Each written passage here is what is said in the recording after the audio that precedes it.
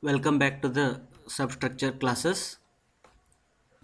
In previous lecture we studied about footing, that is a foundation, types of foundation. We have two types, that is a shallow foundation and deep foundation. In shallow foundation we have three types. One is a column footing and second one is a combined footing. If the two or more columns are merged and a common slab is given, then that is a combined footing. And the third one is a mat footing or raft foundation. Okay, now we will discuss here design of column footing, that is a single column footing. Then in single column footing, based on the area of the shape of the area of the footing, we can classify them as a square footing, rectangular footing, circular footing, sometimes trapezoidal footing. Okay, and based on the elevation we can say spread footing, sloped spread footing, that is your isolated spread footing, and stepped spread footing. Okay, in this class we are going to study about square footing, square spread footing.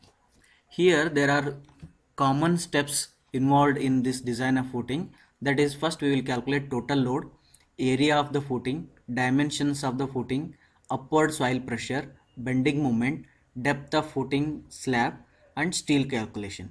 Actually speaking, when you calculate the steel, then design will be completed. But after calculation of steel, whether the design we made is proper or not, whether it is safe or not, for that one we need to do check for one-way shear and check for two-way shear and check for development length. But in design of footing, this check for one-way shear and check for two-way shear become very important. Checks are very important criteria. Therefore, in some textbooks you may not see this order of design. That is, the order whatever I wrote here, the order whatever I wrote here, this is a just a standard and normal order. Based on experience you can rearrange wherever you require. That I will explain later. First I will explain how to design the footing based on following these steps. The first one is we'll consider the problem now. Design a square footing. Square footing it is asked for the column dimension 500 by 500 mm. Okay, the column dimension is given, which carries a vertical load of 1500 kilonewton. This carries a vertical load 1500 kilonewton, and soil below the foundation has allowable bearing capacity 225 kilonewton per meter square. This is the allowable bearing capacity. Sometimes here safe bearing capacity they may give, safe bearing capacity and allowable bearing capacity with a little changes, both are somewhat same. Okay, now we'll come to we'll consider this allowable bearing capacity 225 kilonewton per meter square and consider M20 and Fe415 for the design purpose. Now the data we will write it first, that is the column dimension given, axial load of the column is given, SBC is given or ABC is given, and M20 Fe415 is given. The first step is we will calculate the total load which is acting on the soil. Here you will see the soil, and on this soil how much total load is acting. The one is column load, that is 1500 kilonewton. Note here this column load whatever that 1500 kilonewton is there, this is sum of the load coming from the superstructure and the load of the column, self weight of the column. Including the self weight of the column you are seeing this 1500 kilonewton.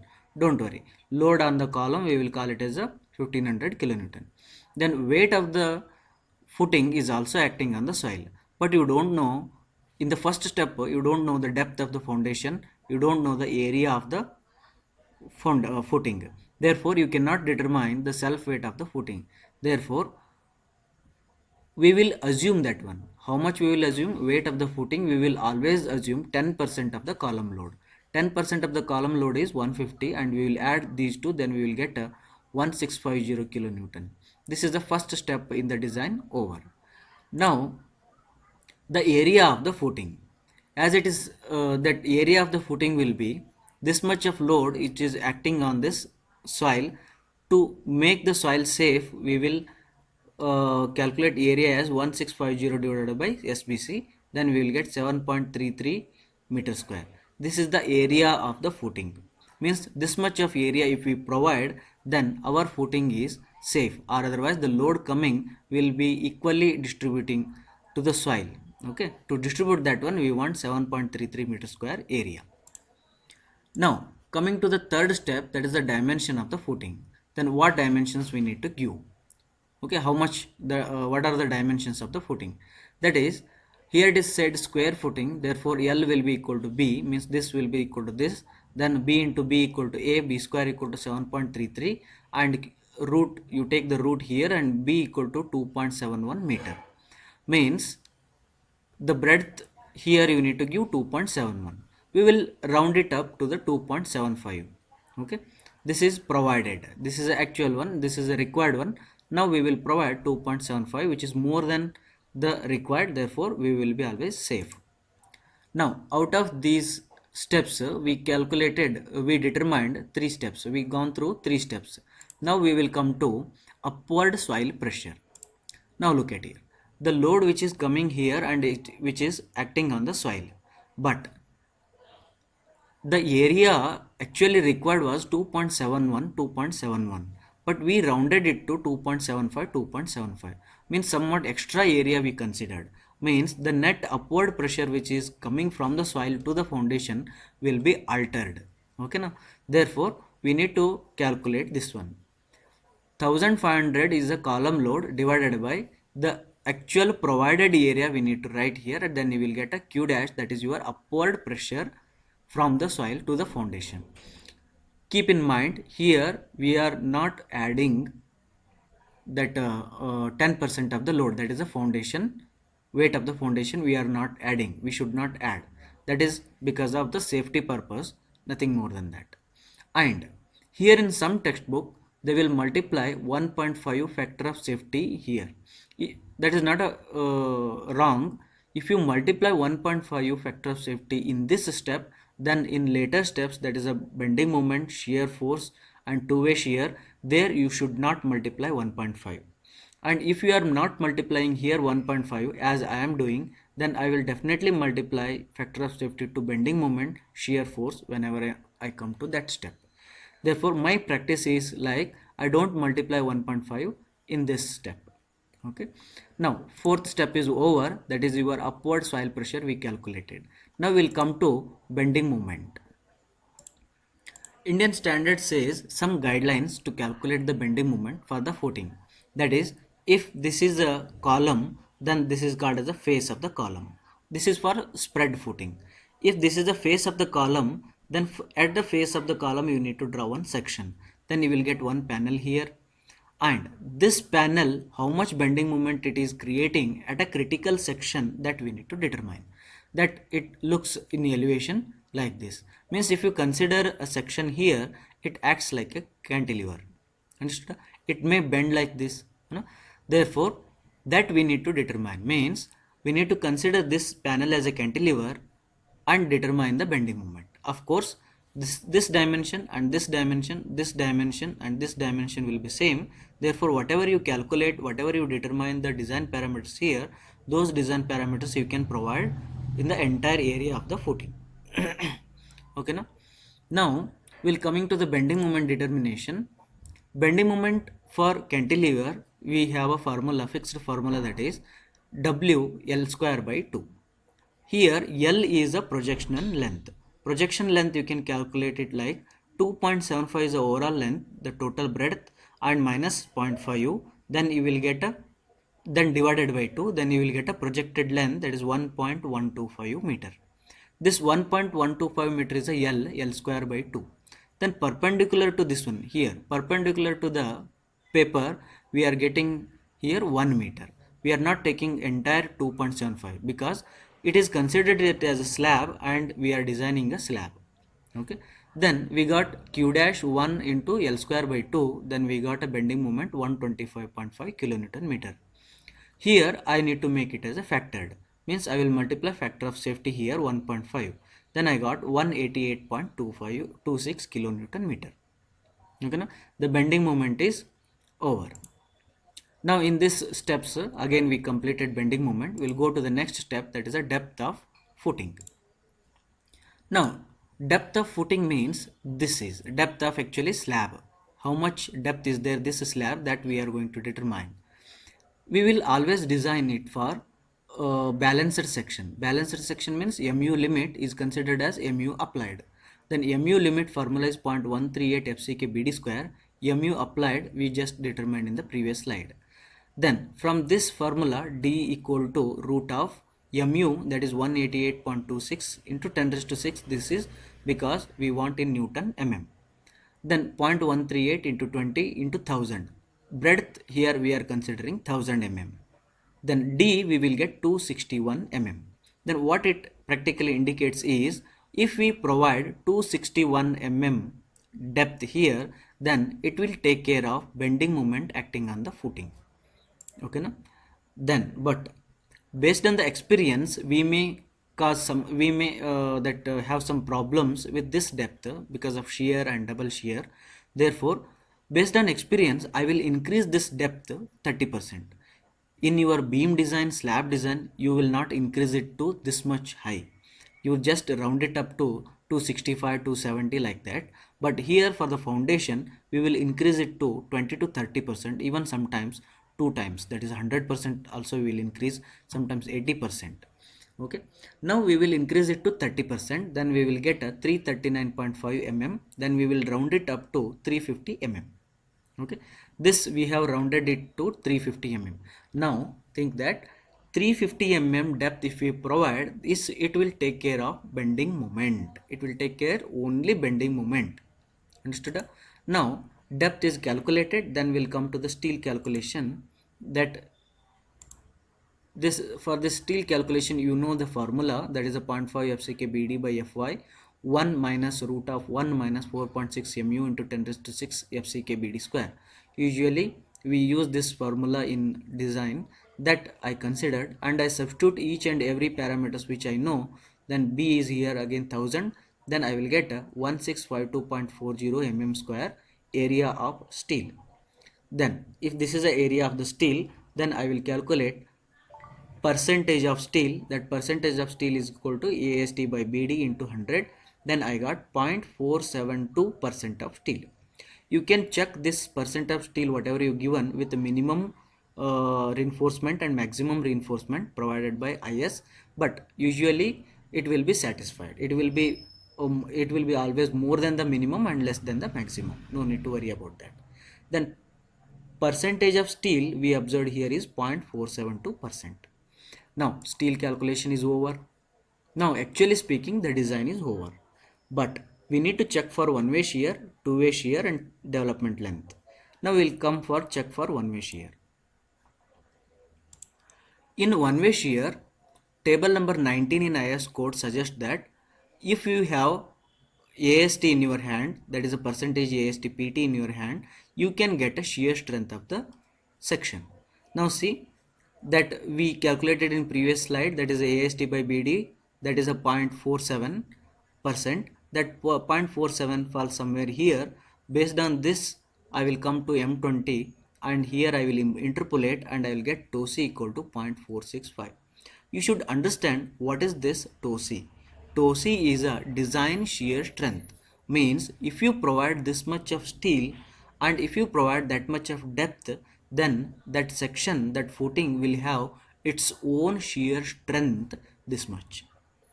It is a shear strength of the footing that IS code is given. Strength of the footing, shear strength of the footing. Now I will calculate shear stress actually induced in the footing because of applied load. I am applying some load here 1500 kilonewton, and how much shear stress will be induced inside the footing, that I need to determine. For that one, Indian Standard IS code suggests that we need to have one critical section. This critical section for spread footing will be shown at a distance d from the face of the footing. From this face of the footing we need to come at a distance d, then we will get a one panel, that is a critical section for shear, and you need to determine the shear force at this section. Then what is the shear force? Shear force is summation of all vertical forces either left side or right side of the section. We will consider left side of the section. Then left side of the section means vertical force is dead load of this footing. That I will calculate means the overall load of this one, but I will consider perpendicular to this one. This is a 1 meter panel length. Then q dash into 1 into 0.775. How this 0.775 we got? See here. This is a 2750 overall breadth, then minus 500 divided by 2, then you will get from here to here 1125 mm minus d. D is a 350, in previous slide we determined, minus d we got 775 mm, that in meters 0.775. Then factored we will multiply 1.5 to this one, then now I got 230.57 as a shear force. Then shear stress will be Vu by Bd. Then Vu is 230.57 into 10 raised to 3. This is in Newton and these are in mm. Therefore, I got 0.658 Newton per mm square. Just look at here. Your shear stress induced is 0.658 and shear strength of the section is point, in the previous slide, 0.465. Shear strength is 0.465 and shear stress is 0.658. Here, for the safety purpose, strength should be more than the stress, but here it is not the case. Tau v should always be less than the tau c, but here tau v is not less than tau c, or tau v is greater than tau c. Therefore, the section is unsafe with respect to one-way shear. Now, what to do? We have a solution for this one. We can have three different solutions to have a safer design for one-way shear. The first solution is provide shear reinforcement. Okay, this step we usually adopt in beam design. Whenever we design a beam, if the shear stress is more than the shear strength, then the difference of the shear stress we will provide stirrups to that one. Then when you provide the stirrups, then those stirrups will take care of shear. Okay, but in footing we cannot provide stirrups. Why? Because one thing is it is not possible to provide that much of stirrups here, and the second is it is not good and it is not economical also. Therefore, this first step is completely avoided to satisfy the shear criteria. Then the second solution is whatever the tau v you got 0.658, this is a stress induced, but this one I will consider it as a strength only. Then I will come to the IS code, this 19th table. Then here I will search this tau c where it comes. That tau c, it may come here, that is 0.62 and 0.67 in between. Then corresponding to this I will determine the percentage of steel.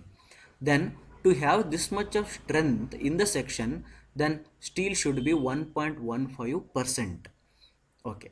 To satisfy the bending moment, the steel required was 0.47%, but to satisfy the one-way shear, it is required 1.15%. If I concentrate only on one-way shear satisfaction, then I have to provide this much of steel. Okay, if I provide this much of steel, what happens? It becomes over reinforced section. We never want over reinforced section. Therefore, this solution is also avoided. We'll go to the third solution. This is the third solution, that is increase the depth and redesign. The whatever the depth it is given till now, it is the 350 mm. That 350 mm, instead of 350 mm, you increase it to some higher level, higher number. Then after that you redesign it. Redesign means what? Come from the first step, that is depth you know, steel you got, and after that you go to the 19th table, then get a tau c and check the one-way shear whether it is satisfied or not. If it is not satisfied, then again third step says that increase the depth and redesign. This loop will be there here. Increase the depth, redesign, check for shear. Increase the depth, redesign, check for shear. When you get safe, then you come out of the one-way shear step. But how many times this loop continues? How many rounds it may take? We don't know. or otherwise increase the depth means how much depth we need to increase, this we don't know. To increase the depth we have two methods, or to get a solution by this third method we have two steps, that is increase it based on the experience, that is 2 times of the depth or 2.5 times or 80% more or 100% more, that this is all based on experience, but we are all students, we don't have that experience how much actually depth we need to increase so that it will automatically satisfy the shear criteria. We don't have that experience, therefore we'll come to the basics involved in the RCC. That is the first chapter only we will study this one, that is a compressive force and a tensile force. Compressive force and tensile force for the balanced section both will be equal. Then rearrange these terms. How to rearrange? This AST is there here, this B you bring it down, and this 0.7 Fy you bring it this side. Then the entire equation divided by D. Then you will get AST by BD and 0.36 FCK, 0.87 Fy XU by D. Then XU by D we will put a bracket, and AST by BD into 100. Into 100 is required, here it is not there, therefore multiply 100 both side. Then AST by BD 100, that we will call it as a percentage steel. Then here XU by D we got, this XU by D for 415 and Fe, M20 and 415 we will have a value 0.48. Okay, this 0.48 XU by D, again Indian Standard Code gives this 0.48 I substitute, and I substitute all other values, then I got PT equal to 0.96. See here, it is very interesting. Have you substituted depth here? No, we did not substituted any depth value. We did not substituted any breadth value. We did not substituted any bending moment value. But still we got a percentage of steel required for the balanced section. That is 0.96%. If we provide 0.96%, then the section so designed will be balanced. This basics is telling this way. Then I will consider this point PT 0.96 only. I will go to that again table number 19. I will search that 0.96 here. When I search 0.96 here, it will be somewhere here, and I will see that shear strength will be 0.61 Newton per mm square. Now TOSI I got. Okay, this TOSI I will consider it a TOV. Actually speaking, TOV is the applied shear stress and TOSI is the inside shear strength. We cannot equate these two, but I am equating this one. But I am taking one care here, that when I equate this one, I am not altering the external load coming on the footing, but my unknown will be D here. To determine the depth D, I am equating these two. Okay, this I can make it. Then if the depth is determined by equating these two, then this depth obviously it will take care of one-way shear. Then no need to check. Therefore this step is very interesting, and it will give you a depth which is satisfied depth in one step only. Okay, now I got 0.61. This 0.61 I will write it in place of TOV, 0.61 into 10 raised to 3. This is all in unit conversion. This is in Newton per mm square, and here I am substituting in meter, therefore I multiply 10 raised to 3. Then VU how to calculate? But VU you calculated in previous slides, but that VU you cannot consider, because there we consider 350 depth and we calculated, but in this step we are putting D as an unknown, therefore we need to consider it again. Now think, the breadth is how much? 2750 breadth is there, minus 500, then divided by 2 you will get a 1125, that is your 1.125 meter, minus D as per the critical section criteria, minus D, then you will get a breadth of this one, that is 1.125 minus D. Then into 1 is a panel perpendicular distance, that is 1 meter. Then you got a shear shear force here. This shear force is multiplied by 1.5 factor of safety. Then divided by BD, B is a 1 and D is a unknown. Then in this equation we have D unknown, that D if I calculate 0.368 I will get. I will round it up to 380 mm. Understood? Initially we got a 350 mm as a depth, but that depth was not satisfying our one-way shear criteria. But considering one solution, out of 3, one solution I considered and I determined depth here 380 mm. This 380 mm obviously will satisfy one-way shear criteria. No need to check it again and no need to redesign again. Okay, now 380 mm now finalize. Instead of 380, 350 earlier, we will consider 380. Okay, now we'll go to the next step. This step is over. Next step is check for two-way shear. Okay, two-way shear says that two-way shear means it is like a punching shear, thinking that our column, whatever we put on the footing, it may punch inside and go inside. No? Therefore, we need to be safe with respect to punching shear. Okay, to check this punching shear or otherwise to make the footing safer in punching shear, we have a two ways. That is the checking and redesigning. Checking means what? Whatever the depth is there in previous slide we determined 380 mm is there. We will assume that 380 mm only and we will check it. If it is not safe, we will redesign. Redesign means what? Increase the depth and again come to this step. Okay, this is one way. And the second way is you consider directly you determine the depth. Okay, this directly determination I will explain, both I will explain in this method. Now coming to this one, the TOWI dash, this is a shear stress for punching shear. The formula is column load into 1.5 factor of safety divided by perimeter into depth. Okay, now column load we know 1500, 1.5 will substitute, it is in kilonewton, therefore 10 raised to 3 we made it into newton. Then what is the perimeter? Come back to the diagram. Here for punching shear, Indian standard suggests that from the face of the column, you need to go d by 2, d by 2, d by 2, d by 2. In all the sides, you need to go d by 2 projection, then you will get a perimeter. This is what your perimeter. Then, what is the dimension of this perimeter? See, this is the 500 and this is a d by 2 and this side d by 2 means 1d. Means this is 500 plus d, 500 plus d, 500 plus d, 500 plus d. Then the perimeter will be 500 plus d, d is a 380 mm, therefore 500 plus d into 4 times and we are multiplying depth to that one. Then depth is 380. Then I got shear stress because of column load is 1.682. Now what is the shear strength in terms of punching shear?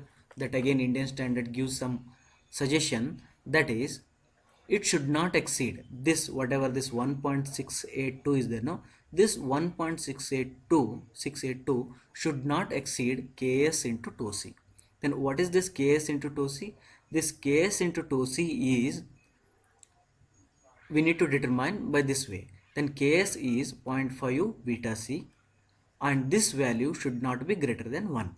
Okay, then what is beta c? Beta c is a shorter column side to the longer column side, that is a ratio.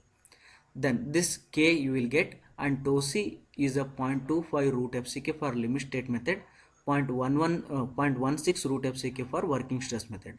We are designing it by limit state method, therefore 0.25 root FCK. This calculation goes like this. This TOWI 0.25 root FCK based on this, that is your 1.12. Then this is a beta. Sorry, I written here k. This is not k, this is a beta. You consider this beta as shorter side of the column divided by longer side of the column. Our column is a square column, therefore this and this cancels. Then I will get a beta 1. When I substitute beta 1 here, this become 1 plus 0.5, 1.5. This 1.5 is greater than 1. But code suggests that it should not be greater than 1. Then we need to restrict it to 1. Then we will get k equal to 1. Understood?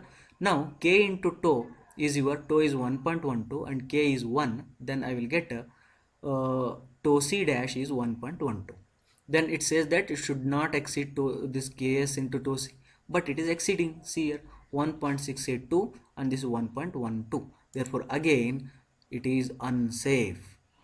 This is again unsafe. Then what is the solution? Increase the depth. Depth is 380 now. You make it 400, 450, 500. Like that you increase the depth and recheck. Increase the depth, recheck. You substitute here 400 and recheck. 500, recheck. 600, recheck. Like that you need to check it till you will satisfy this criteria. But this is again time consuming. Then we have another method. What is that method is, we will consider in this method whatever tau v dash is there, no, this tau v dash we will put this value, and we will put d as the unknown, and we will bring this d outside. Then whatever the d so calculated will definitely satisfy our IS code criteria. That it is done here. You can see this is 1.12. This is a based on this I calculated and substituted in the place of tau v dash. Then column load, factor of safety, and here 500 plus d I put here unknown. Okay, here I don't play with checking that increasing and redesigning. I am not doing, just I am substituting d as a unknown only. Then I will get a d as a 501. Then this round it to 540 mm. Understood? Now this is very interesting. You need to, since from the first step you need to concentrate on that. Bending moment calculation we got 261 mm, but there wisely I increased it to 30%. Then I made it to 350 mm. Then after that I didn't satisfy that one way shear. Then again it become 380 mm, but that 380 mm not satisfied your two-way shear. Then therefore again I increased, or otherwise again recalculated. Then I got d 540 mm. Don't worry, after that we don't have any checks pertaining to depth. Therefore we will stop here only. Our finalized depth will be 540 mm. Therefore safer side I increased it to somewhat 30 mm, more than 40 mm I increased. Okay, 540 mm. Then to get a overall depth we want to add a cover. Then IS code suggests that the clear cover will be 50 mm. That is your 50 mm.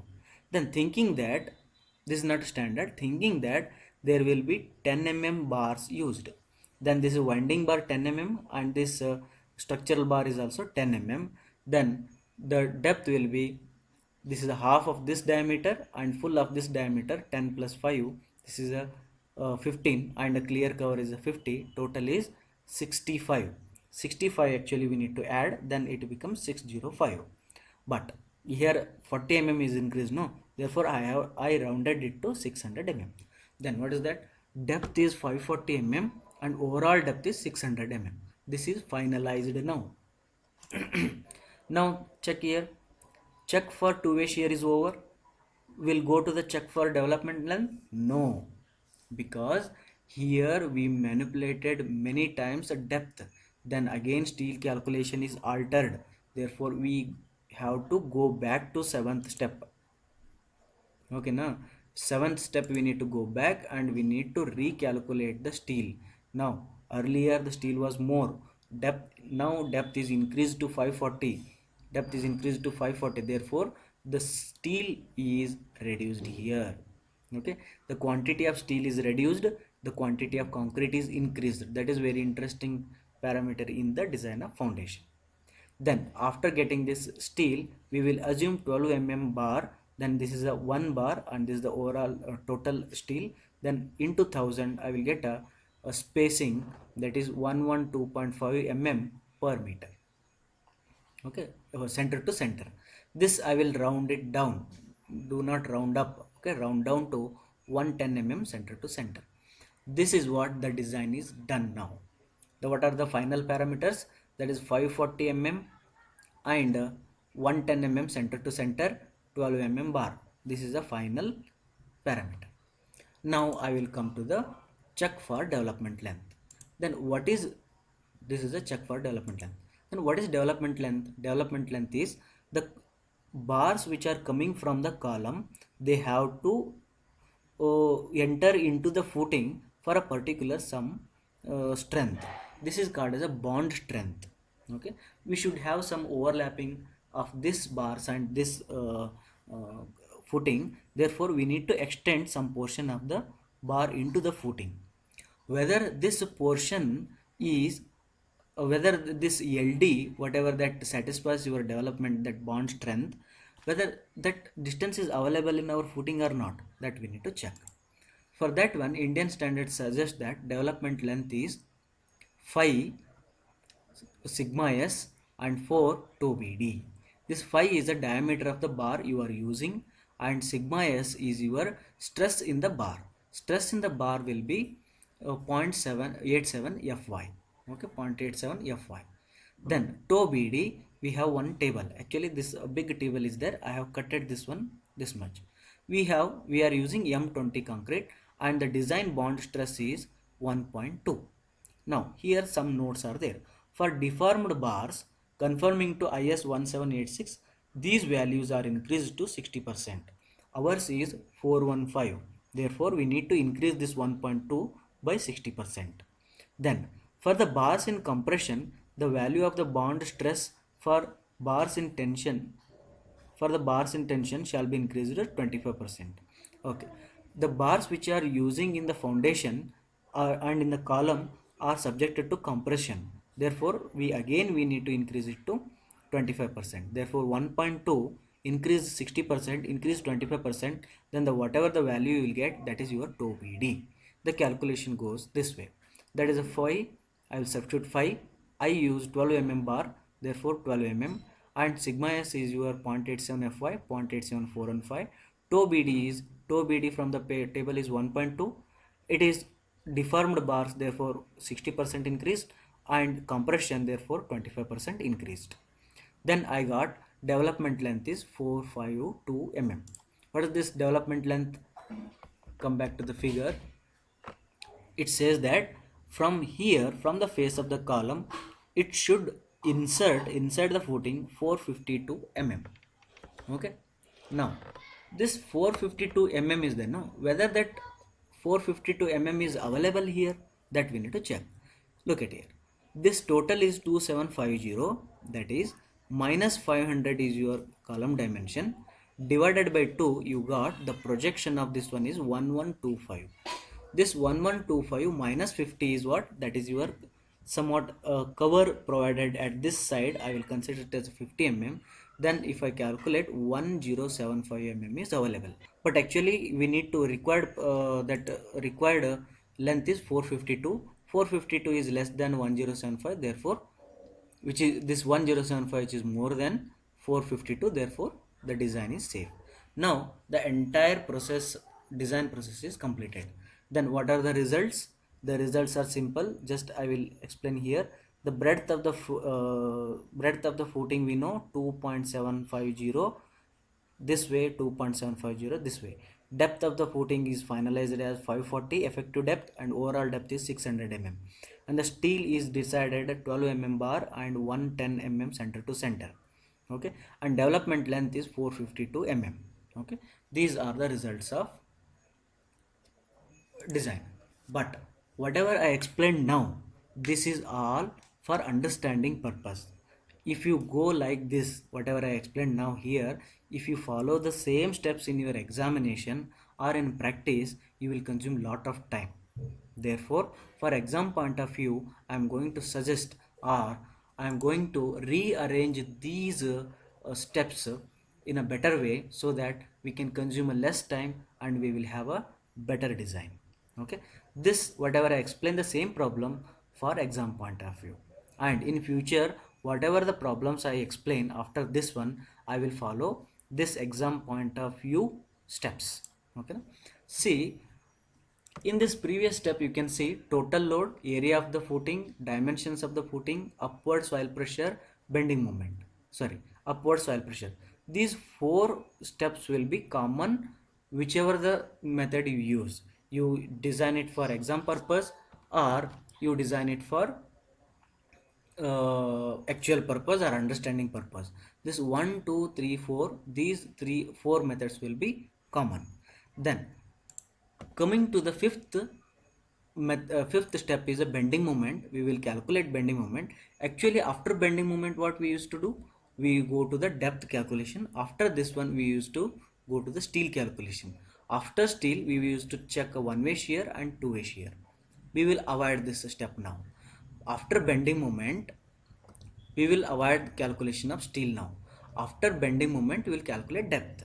Okay, no problem. And we will have, for check for shear, we will calculate, and we will go this way, and after that we will calculate again depth. And check for two way we will go and we will calculate again depth, or otherwise you can calculate it, check for two way shear, check for one way shear and bending moment. Okay, here that up and down you can do whatever that. Bending moment, how much depth is required, for one way shear how much depth is required, for two way shear how much depth is required, I will calculate, and out of these three depths whichever is maximum, that depth I determine. By using that depth I calculate steel. Over. Understood now? Here we didn't fall inside the loop. Okay, that I will explain. The same problem I will explain exam point of view. Then after that we will calculate your development length the same. Now see here, the problem is given, you understand the problem, write the given data, then total load, that is the total column load 1500 and self weight of the foundation assumed 10%, 150 and 1650 kilonewton. Then area of the footing is 1650 divided by 225 is the safe bearing capacity. Then you got 7.33 meter square. Then your foundation is the square one, therefore B equal to 2.71 you got, and you provided it as a 2.75. Same method. Then net upward pressure will be column load divided by the provided area 2.75, then 198.347. Same method, nothing change. Then bending moment as per the Indian Standard Code, then again the critical section we consider and we will calculate the bending moment. No change in this method, 188.26 kilonewton. After this we calculated depth. Again we will do the same thing, we will calculate depth 261. We will not consider this 261, we will increase it to 30%. If you have very experienced, if you solved many problems, here only you can increase it to 80%, 100%, 2 times, 3 times, so that your one way and two way criteria will be satisfied. But I will keep it this only, that is a 350 mm as I explained before. Then after this I don't calculate steel, I will go to one way shear, and in one way shear again I don't increase the depth and recheck redesign. That method I don't go, I go to the basics. Okay, this basics says that compressive force equal to tensile force, this I already explained. PT you will get 0.96% for the balanced section. This 0.96 I will see in the table number 19, and table number 19 suggests that tau c equal to 0.61, tau c equal to 0.61. By using this 0.61, if I calculate D, this will obviously satisfy my one way shear. That is calculated by using this, I already explained, 380 I got. Okay, see directly I got 380 and 380 satisfies one way shear. Over. Next after that I will come to the two way shear. Two way shear, punching shear, then again two methods we have, checking and redesigning. I don't go to this one because here loop will come, and I will go to the second one, direct determining the depth. Direct determining depth, I have a criteria here, that is it should not exceed, tau c should not, tau v should not exceed kc tau c, ks tau c, and ks tau c I will calculate it, that in previous slide it is explained, and that will be 1.12 equated to the formula. Then D you keep it unknown and calculate the D, that you got 540. Then this is a 540. Then now 540, within the two steps you got this 540. Then this depth is finalized. The earlier depth was a 350 which satisfies bending moment, which is less than 540, avoid it. Then the depth which is satisfying one way shear is a 380 which is less than 540, avoid it.